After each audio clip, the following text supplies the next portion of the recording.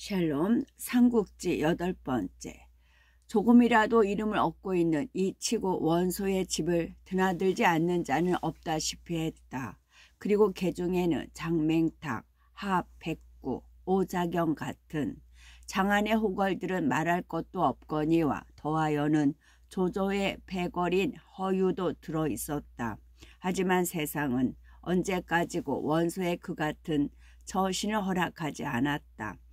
벼슬은 마다하면서도 끊임없이 자신의 무리를 늘려가는 그에게 차차 의심을 품기 시작했는데 특히 그런 일에 민감한 것은 황관들이었다. 명문의 후예로서 황문을 경멸하고 전시하는 것이 몸에 밴 원소라 더욱 그랬을 수도 있다. 중상시인 조충 같은 자는 여러 동료들에게 드러내놓고 자신의 의심을 말했다. 원본초는 아비할비를 등에 업고 앉아서 큰 이름을 얻고 있으면서도 조정의 부름을 듣지 않고 있다. 거기다가 널리 천하의 인재를 모으고 자기를 위해 죽어줄 선비를 기르니 그가 무엇을 꾀하고 있는지 실로 모를 일이다. 대궐 깊이 들어앉은 내시들의 귀에까지 원소의 동태가 알려질 지경이니 한간에 떠도는 소문 또한 원소에게 유리할 리 없었다. 이를 듣다 못한 숙부 원회가 여러 차례 원소를 불러 꾸짖었다. 너는 내리는 벼슬도 받지 않고 별 실속도 없이 패거리를 모아 세상 사람들의 의심만 사고 있다. 도대체 무슨 짓이냐? 장차 우리 원가를 망하게 하려고 그러느냐? 썩고 무능한 조정에 깊이 실망하고 분개해 있으면서도 그 벼슬만은 내직 외직을 가리지 않고 받고 있는 종제 원술도 중고했다. 형님의 뜻은 저도 잘 알고 있습니다. 형님께서는 불의의 무리에 가담해 몸과 이름을 더럽히지 않고 홀로 깨끗한 힘을 길러 기울어져가는 한조를 바로잡고자 하시지만 뜻대로 되기 어려울 것입니다. 우선 힘을 기른다 해도 사사로이는 한계가 있습니다. 형님께서 1000명의 호거를 모으시고 10,000명의 의사를 기른다 한들 남북군과 서원 8교 위에나 미치겠습니까? 대의에서도 마찬가지입니다. 형님께서도 아시다시피 간신배들일수록 전자를 끼고 도는 법입니다. 형님께서 내세우는 대의가 아무리 크다 한들 지엄한 전자의 명을 거스를 수 있겠습니까? 범을 잡으려면 범굴로 들어가야 하고 간신배들을 쫓으려면 그들이 소굴로 삼고 있는 묘당에서부터 시작해야 합니다. 중상시 건석을 보십시오.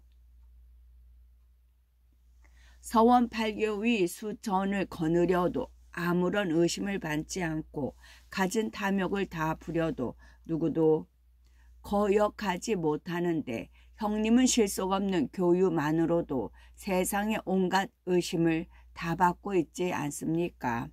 혈기가 지나치고 안목이 짧아 평소 경계하던 종제였지만 그 말에는 일리가 있었다. 거기다가 때맞춰 하진의 부름이 있었을 때 한 원술의 충고는 한층 설득력이 있었다. 하진의 출신이 비록 미천하나 황후의 오라버니이니 이제 환관의 바로를 억누를 수 있는 외척으로는 가장 힘이 있다 할 수 있습니다. 교유라도 주거든 받으십시오. 우선 세상 사람들의 의심을 면할 뿐만 아니라 잘 조련된 600의 사조를 거느리게 되는 자리입니다. 거기다가 저도 있지 않습니까? 지금은 할 일 없는 낭중에 지나지 않지만 머지않아 저도 그리로 들 것입니다. 그러면서 원술은 의미심장한 미소와 함께 자신의 칼자를 툭툭 쳐 보였다. 몇 해 어지러운 조정에서 벼슬살이를 하는 동안에 순진한 협객 대신으로 더득한 요령임에 분명했다. 원소도 그런 그의 뜻을 짐작하자 슬며시 마음이 움직였다. 거기다가 세상의 의심에도 어지간히 시달려 온 터라 마지못해 월기 교유로 하진의 막하에 들었다. 원래 낙양을 지키는 군대로는 남북 양군이 있었다. 남군은 위위가 동솔하며 궁궐을 지키는 것이 주된 임무였다. 위위 밑에는 위랑이 있어 각전을 지켰는데 황제가 가장 신임하는 취인위대로서 위사는 대개 복미 2,000석 이상의 대관이나 군공이 높은 양가의 자제 또는 효렴에 뽑힌 이나 부호의 아들들이었다. 그 중에서도 특히 황제의 어가를 호위하는 부대는 유림군이라 불리며 남군의 꽃이라 할 수 있었다. 북군은 도성을 수비하고治안을 유지하는 것을 임무로 삼았다. 한나라 초기에는 집군 5 밑에 8교위를 두어 동솔했으나 후한에 들어서는 5교위와 성문교위로 나누어 동솔했다. 5교위는 둔기, 월기, 보병, 장수, 사성 등이었고 각기 700이 넘는 사조를 거느렸다. 그런데 후한 말에 이르러 환관들의 세력이 커지면서 환관들은 차차 자기들을 지켜줄 무력이 필요해졌다. 남북군은 모두 외정의 대신들 아래 있어 전자를 끼고 있는 것만으로는 자신들의 신변이 안전할 수 없었던 까닭이었다. 이에 궁성수비의 명목으로 새로이 만든 것이 서원 8교유였다. 상군교위, 중군교위, 하군교위, 전군교위, 좌군교위, 우군교위 등 8으로 그 당시에는 중상시 건석이 그들을 동솔했다.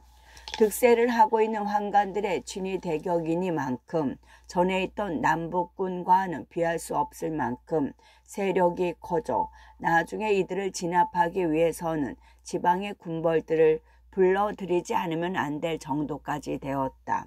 원소가 황건적 토벌을 위한 출진 명령을 받은 것은 바로 그 북군의 월기 교위로 다시 벼슬길에 나간 지 얼마 되지 않아서였다.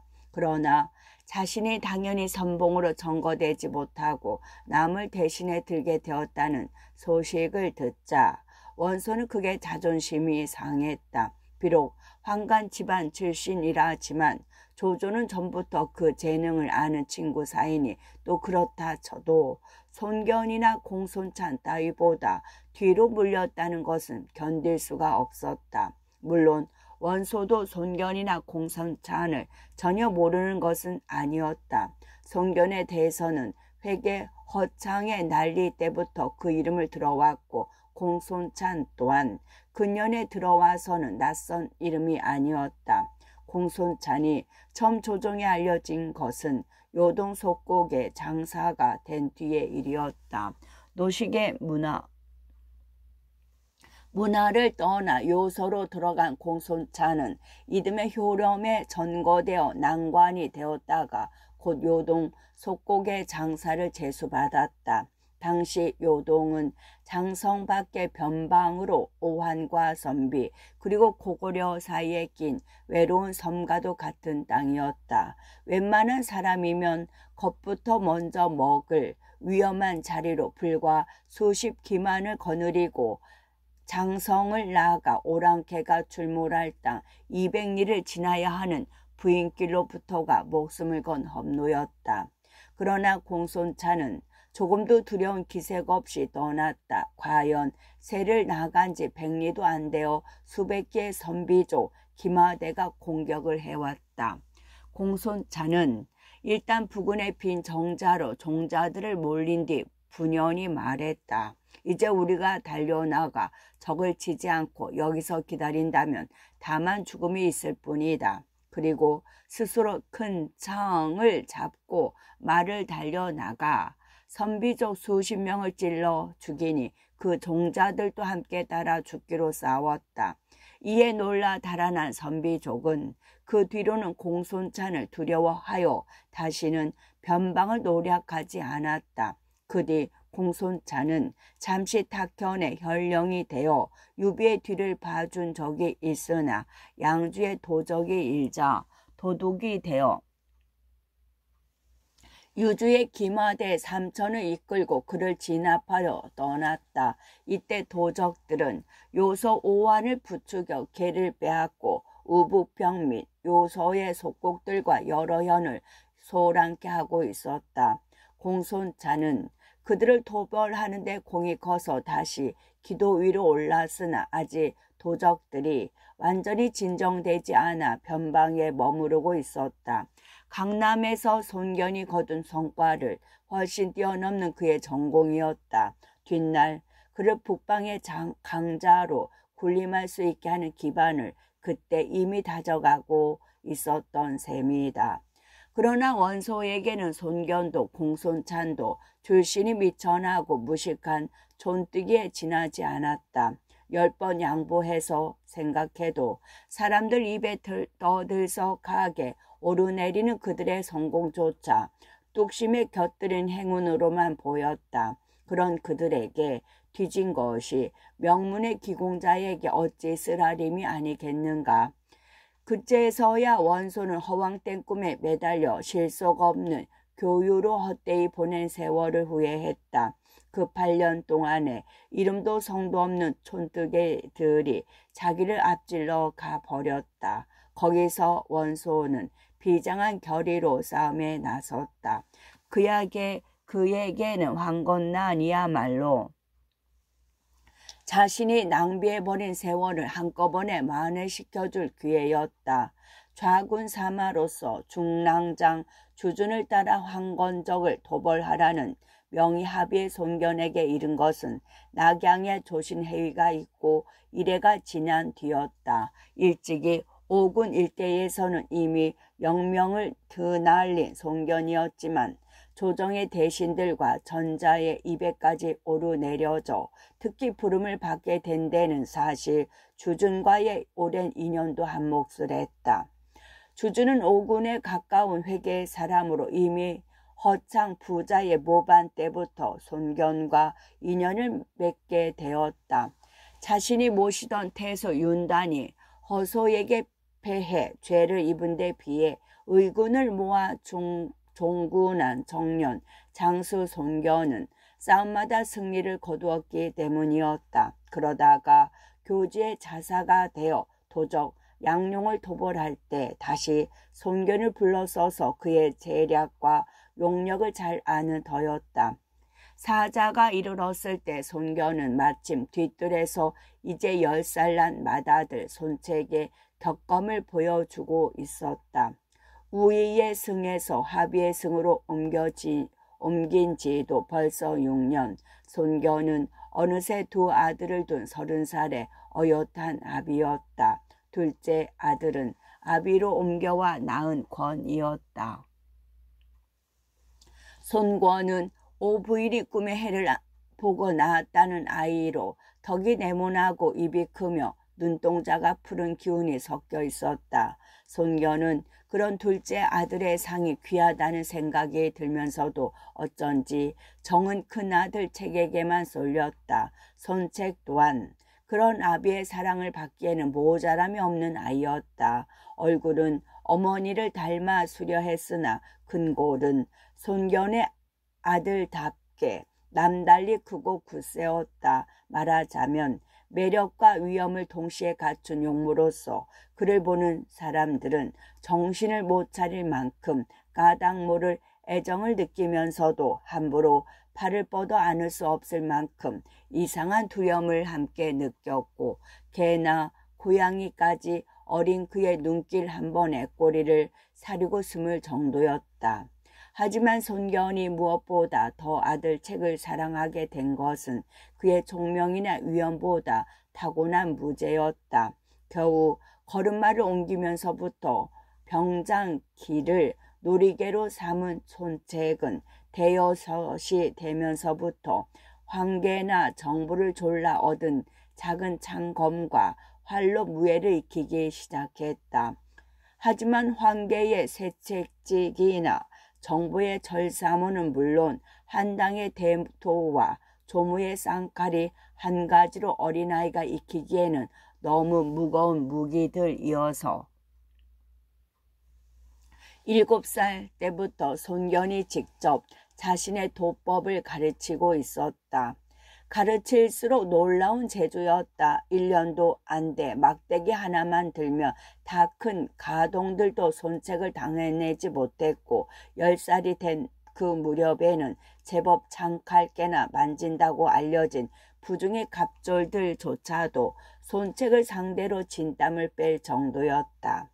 그런데 그날은 좀 이상했다. 내 지르는 칼 끝에도 힘이 들어있지 않았고 베는 칼날에서도 바람 가르는 소리가 들려오지 않았다. 어딘가 딴 곳에 마음이 쏠린 듯 평소에는 한치를 벗어나지 않던 찌르기도 번번이 빗나갔다.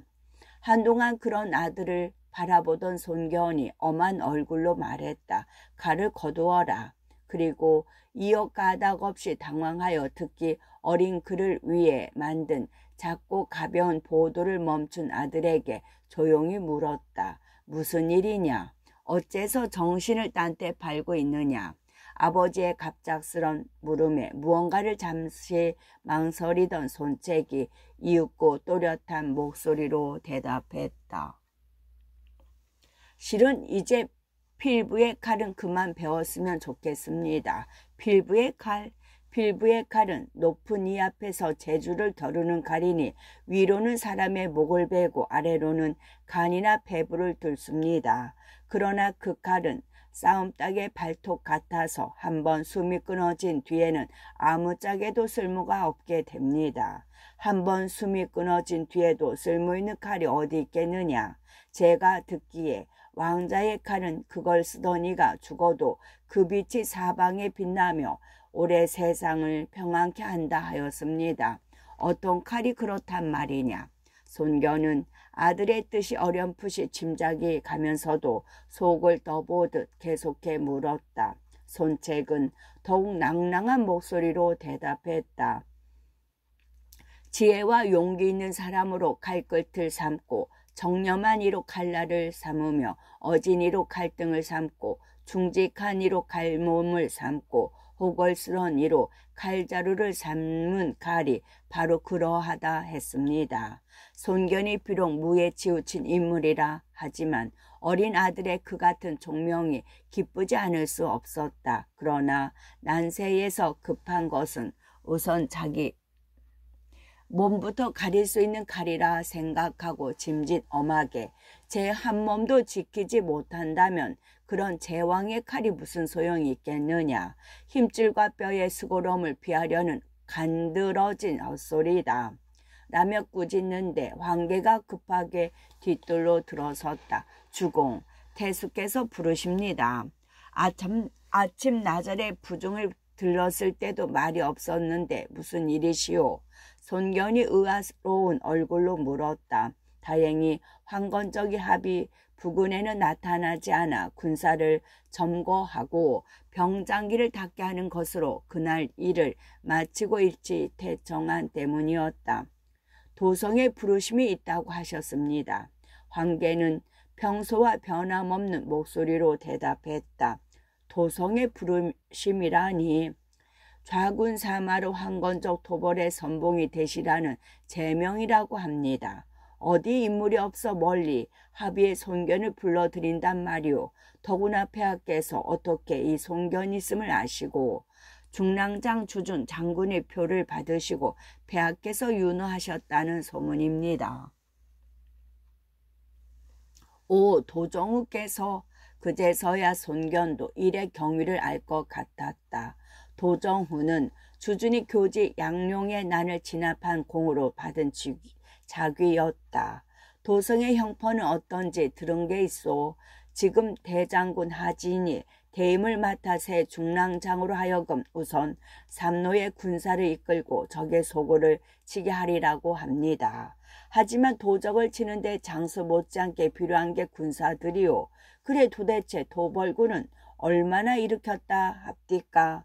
자세한 것은 알 수 없으나 도성의 금군들과 따로 모집한 정병을 합쳐 5만은 된다고 합니다. 50만을 치는데 5만이라. 아무리 황건적이 보잘것없는 난군이라 해도 5만으로는 너무 부족하고 손견은 그렇게 말하고 잠시 생각에 잠겼다가 곧 황제에게 명했다. 지금 급히 정보 한당 조무를 찾아 함께 이리로 모이시오. 곧 대수를 만나고 오겠소. 그리고 급히 대수의 부중으로 달려갔다.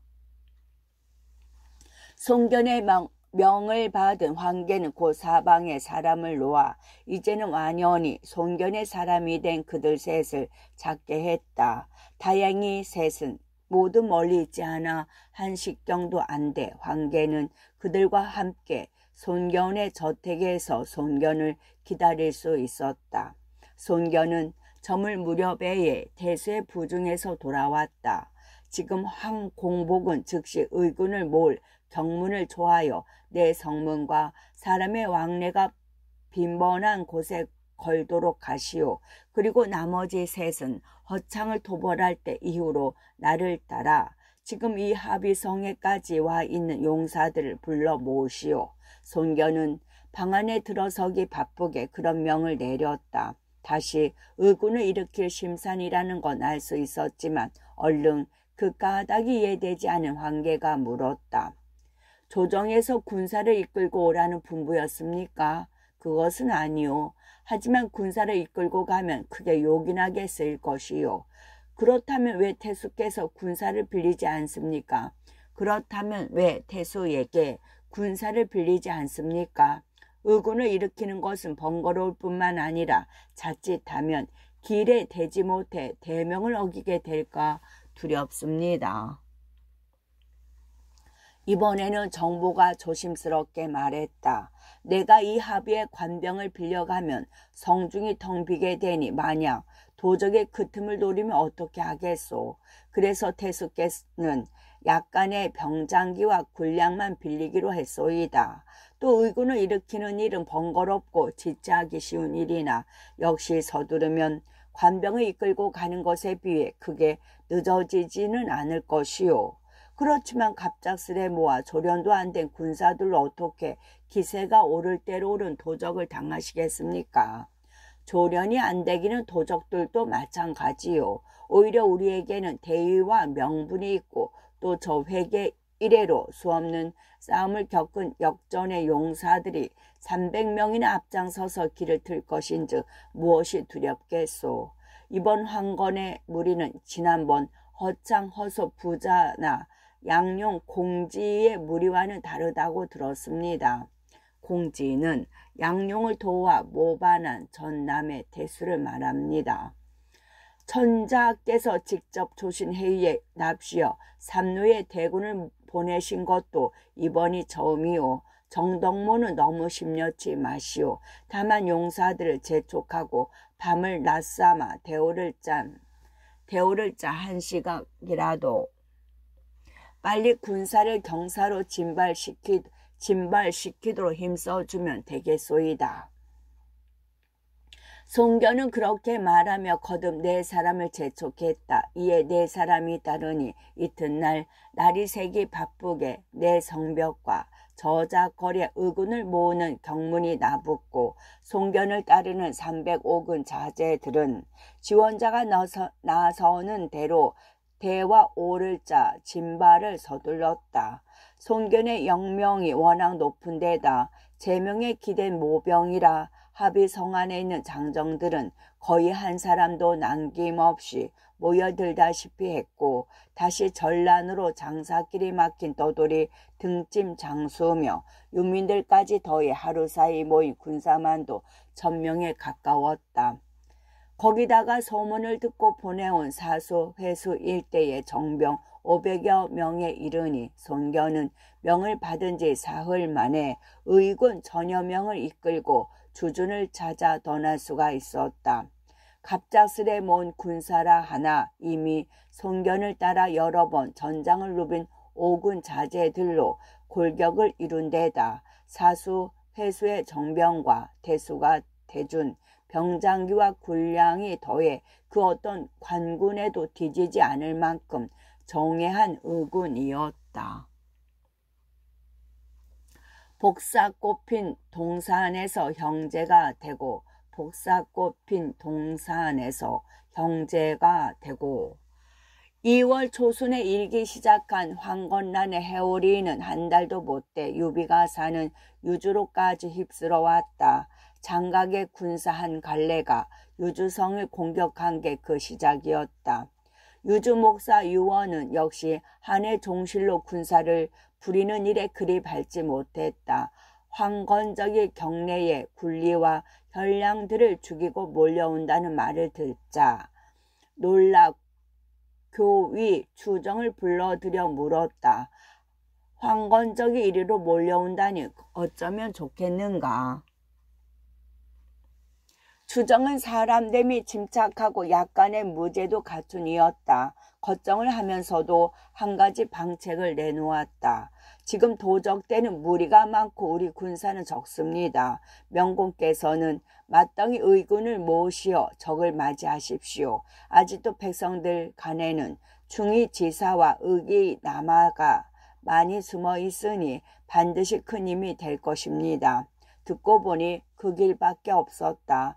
조정이 있다 하나 도적대가 사방에서 벌떼처럼 일고 있는 마당에 언제 원군을 보내올지 기약할 수가 없었다. 이에 유원은 경내 곳곳에 방을 붙이고 널리 군사를 모았다. 유원의 방문은 탁군 탁현에도 이르렀다. 그날도 어수선한 세상 소식이나 들으려고 일찍 성 안으로 나온 유비는 한 군데 사람들이 모여서 웅성거리는 담벽 앞에 발걸음을 멈추었다. 걸린 방문을 보니 바로 태수 유원이 새로이 주군을 모은다는 내용이었다. 일찍이 스승 노식이 떠나면서 한 당부가 아니더라도 황건적은 이미 유비에게는 반드시 무찔러야 할 마음속에 적이 되어 있었다. 그동안 그는 밀란의 소문도 여러 번 들었고 갖가지 도둑대도 겪었지만 황건적처럼 천하를 송두리째 삼키려 들 만큼 큰 규모와 넓은 지지를 바탕으로 한 난리는 처음이었다. 물론 그 자신도 한 제국의 부패와 무능에 대해서 오래전부터 분개와 혐오를 품어왔다. 그러나 황건적의 권기가 그 치료일 수는 없으며 오히려 악을 더 큰 악으로 바꾸려는 거칠고 잔인한 반역 음모에 지나지 않아 보였다. 그가 충성의 대상으로 받들어온 한 제국의 400년 권위를 위해서는 반드시 제거해야 할 가장 크고 급한 위협이었다. 하지만 유비에게는 당장 활용할 수 있는 힘이 없었다. 그를 따르는 무리가 약간 있다 해도 그것은 오직 뒷골목 세계의 어둠 속에서였고 그렇다고 이제 와서 주군의 하급 관리로 출발할 처지나 나이도 못 되었다. 생각이 거기에 미치자 유비는 문득 자기가 걷고 있는 알 수 없는 길이 다시 불안해지며 절로 긴 한숨이 나왔다. 그때 갑자기 유비의 등 뒤에서 질그릇 깨지는 듯한 소리가 났다. 대장부가 나라를 도와 힘쓸 생각은 않고 어찌 탄식만 하시오. 유비가 돌아보니 언제 왔는지 장비가 정색을 하고 서 있었다. 정색한 장비를 보니 8자 키와 표범의 머리에 구리눈이 호랑이 수염과 어울려 평소에 볼 수 없던 종류의 당당함을 자아내고 있었다. 네가 웬일이냐? 유비가 약간 뜻밖의 표정으로 물었다. 그 말에 장비가 한층 엄숙하게 대답했다. 형님은 언제나 나를 주정뱅이의 망나니로만 여기시지만 나도 크고 작은 일은 구별할 줄 안단 말이오. 나도 네가 나라와 도적을 구별하지 못하는 쑥맥으로는 보지 않았다. 그렇지만 우리가 당장 무엇을 할 수 있단 말이냐. 이제 와서 9년의 갑절로도 출발할 작정이냐. 못할 건 뭐 있어. 하지만 뭐 정이 남의 졸개 노릇을 하기 싫으면 우리가 의군을 끌어모아 대장 노릇을 하면 될 거 아니요. 나도 그 생각을 해보지 않은 것은 아니다. 그러나 따로 군사를 모은다는 것이 말로만 되는 일이냐. 군자로 쓸 재물이라면 내게 약간은 있어. 그 말에 유비가 더욱 놀라 물었다. 네게 무슨 재물이 있느냐? 지난날 양부가 어린 날을 난리 중에서 구해 연나라를 빠져나올 때 함께 갖추어온 보화를 불린 것과 자신이 이 저작거리에서 술을 팔고 돼지를 잡아 모은 돈을 고스란히 물려준 게 있소. 또 형님은 내가 부근의 부자 놈들과 장사치들에게서 거둔 돈으로 반낮 없이 술이나 퍼마시고 다니는 줄로만 알고 있지만 그 돈도 일부는 오늘 같은 날을 위해 모아두었소. 듣느니 새롭고 놀라운 소리뿐이었다. 언제나 장비를 덩치 큰 어린아이로만 여겨온 유비로서는 얼른 믿기 어려웠다. 그러나 벌써 여러 해 사귀어 오는 동안 거짓말이라고는 덜클 만큼도 한 적이 없는 장비라. 또한 그 말을 무턱대고 의심할 수만도 없었다. 그런 유비를 다시 장비가 불쾌하다는 듯한 목소리로 재촉했다. 어떠소 형님? 이 장비와 함께 탁현의 용사들을 모아 한번 큰일을 해보지 않겠소? 그러자 유비의 얼굴에도 차츰 장비를 믿는다는 표정이 드는가 싶더니 곧 감개 어린 표정으로 변했다. 장하다. 그렇다면 우리 저 주루에 들어가 의논해보자. 이윽고 유비는 그렇게 대답하며 장비를 가까운 술집으로 끌었다. 두 사람이 큰 소리로 술과 고기를 정하고 막 자리에 마주 앉았을 무렵이었다. 갑자기 주루 앞에 술에 먹는 소리가 나며 한 결기 있는 목소리가 먼저 발을 건너 들려왔다. 주인장, 술 한 동이 빨리 내오시오. 얼른 마시고 성 안에 들어가 초모에 응할 작정이오. 맑고 우렁찬 소리만 들어도 금세 누구인지 알만했다. 아홉자 키와 익은 대추빛 얼굴에 두 잔 넘는 수염을 늘어뜨린 관우, 바로 그 사람이었다. 아니 장비 이 사람, 그리고 유공이 대낮부터 이곳에서 만나 무얼 하시오? 이윽고 둘을 알아본 관우도 반가운 표정이었다. 그 사이 장비와는 형아 아우야 하는 사이가 되었고 유비와는 10년 지기처럼 된 관우였다. 장비와는 자칫 게을러지기 쉬운 무예 수련을 통해 지나게 되었고 유비에게는 그의 연줄에 힘입어 적어도 탁군 안에서는 관부에 쫓기지 않게 된 빚을 진 것 외에 사리에서도 적지 않은 보살핌을 받아온 까닭이었다. 아이고 관우 형님 잘 왔소. 그렇잖아도 마침 형님 얘기를 꺼내려던 잠이었소.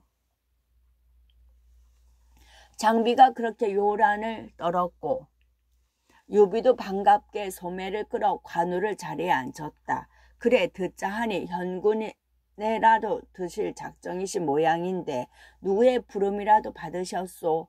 관우가 자리를 정하기 바쁘게 유비가 묻는 말이었다. 관우가 대언이 대답했다. 그렇지 않소이다. 그저 나라에서 크게 사명령을 내려 내가 쫓기는 신세를 면하게 해주었으니 나도 이제 나라를 위해 싸워볼까 하는 참이요. 죄지은 자에게 사면령을 내려 벌을 면하게 해주는 대신 병력을 과하는 것은 무죄 이래로 큰 원정이나 변란이 있을 때마다 한 나라가 취해온 정책 가운데 하나였다. 그때에는 쫓기는 자들도 자수하여 군적에만 들면 지난날의 죄를 묻지 않게 되는데 방금 영제도 황건적의 난리를 다스리기 위해 사면령을 내려놓고 있었다. 하지만 유비에게는 그런 관우의 대답이 좀 놀라웠던 듯했다. 자신도 모르게 목소리를 약간 높이며 물었다. 아니 그럼 관공처럼 신무하신 분이 조로에 서서 싸우시겠단 말씀이요? 나라의 은혜에 보답하는데 조로와 장렬이 무슨 구분이 있겠소이까? 다만 가진 힘과 익힌 재주를 다하여 싸울 뿐이외다. 관우의 대답은 조연하기만 했다. 그러자 장비가 참지 못하고 덜어놓았다. 그러지 말고 관우 형도 우리와 함께 의군을 일으켜 봅시다. 어디서 싸우든 나라를 위해 싸우기만 하면 될 거 아니오. 의군이라고? 아니 자네가? 왜 나라고 항상 탁현 저자에서 술이나 퍼 마시고 주먹질이나 하며 보내란 법이 있소. 나도 이 기회에 공을 세워 떳떳하게 머리 들고 살고 싶소. 그렇지만 무슨 재주로 의군을 일으키고 지탱하겠는가.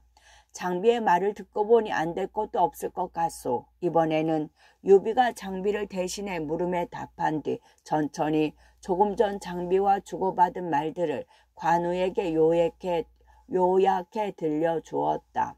그렇다면 한번 해봅시다. 이왕 싸울 바에야 조로에 서기보다는 적더라도 일군을 거느리는 편이 이 관아 무게에게도 나을 것 같소. 듣기를 마치자 관우도 흔쾌히 승낙했다. 그러자 장비가 웬일로 마침 날아온 수를 물리치며 다시 정색을 하고 말했다. 아무래도 이런 큰 일을 시작하기에는 이 자리가 마땅하지 못한 것 같소. 이러지 말고 우리 달리 장소를 택해 예를 갖추는 게 어떻겠소. 마침 내 집 뒤에는 복숭아 밭이 있는 작은 동산이 있는데 꽃이 한창 만발하였소.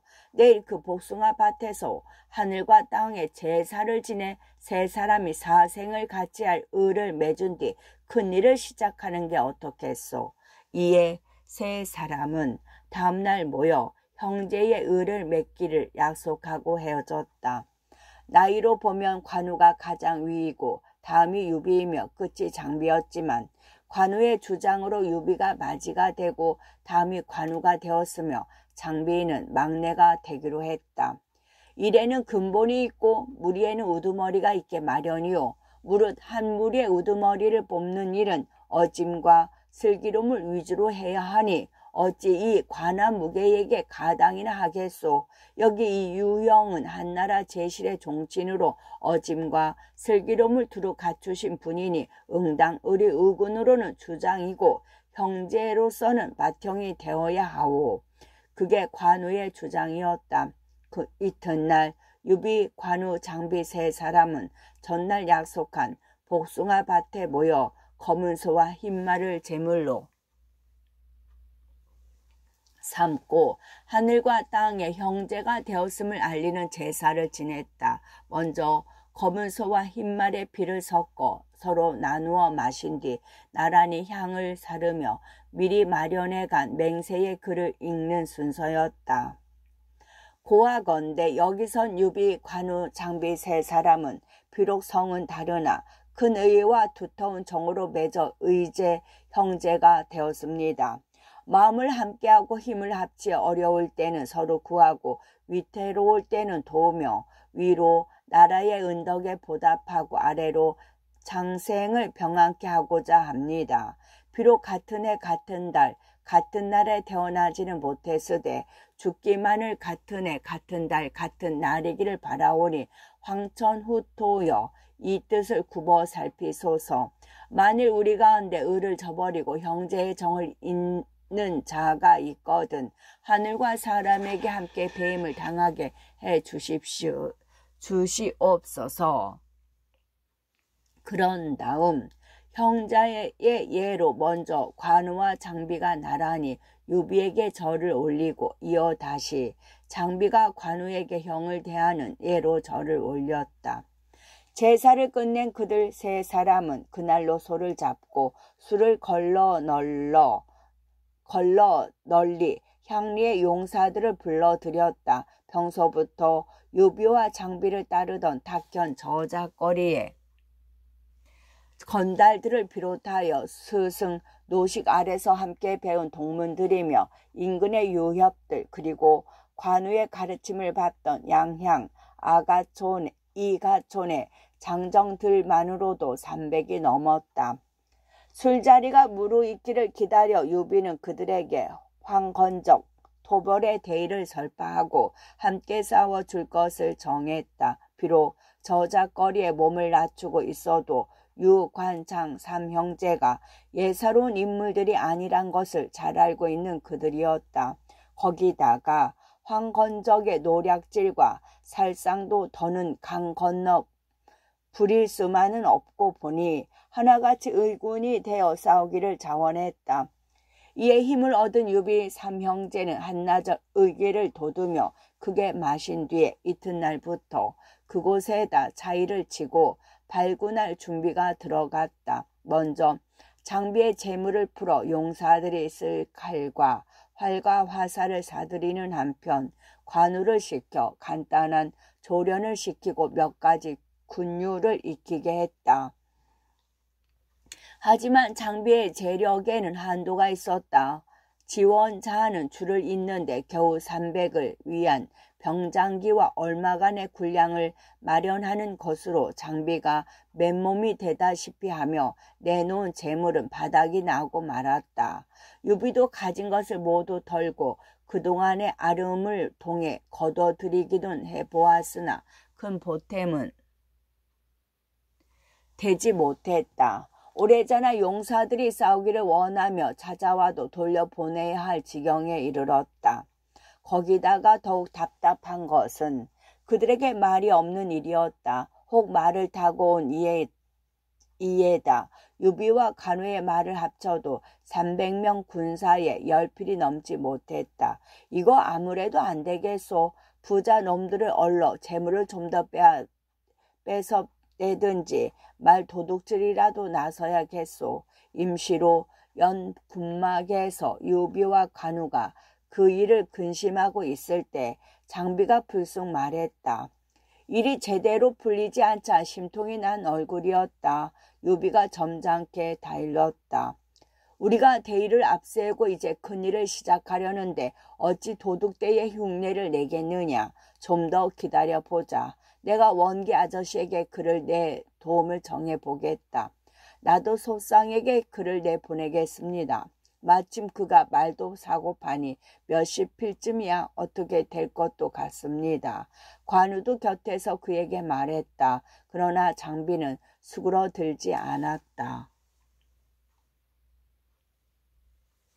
지금 하루가 급한데 언제 글질이나 하며 놈들의 선심을 기다리고만 있을 수가 있소. 내게 장정 100명만 주시오. 까짓것 부군을 확 쓸어 마필과 군자를 넉넉히 구해오겠소.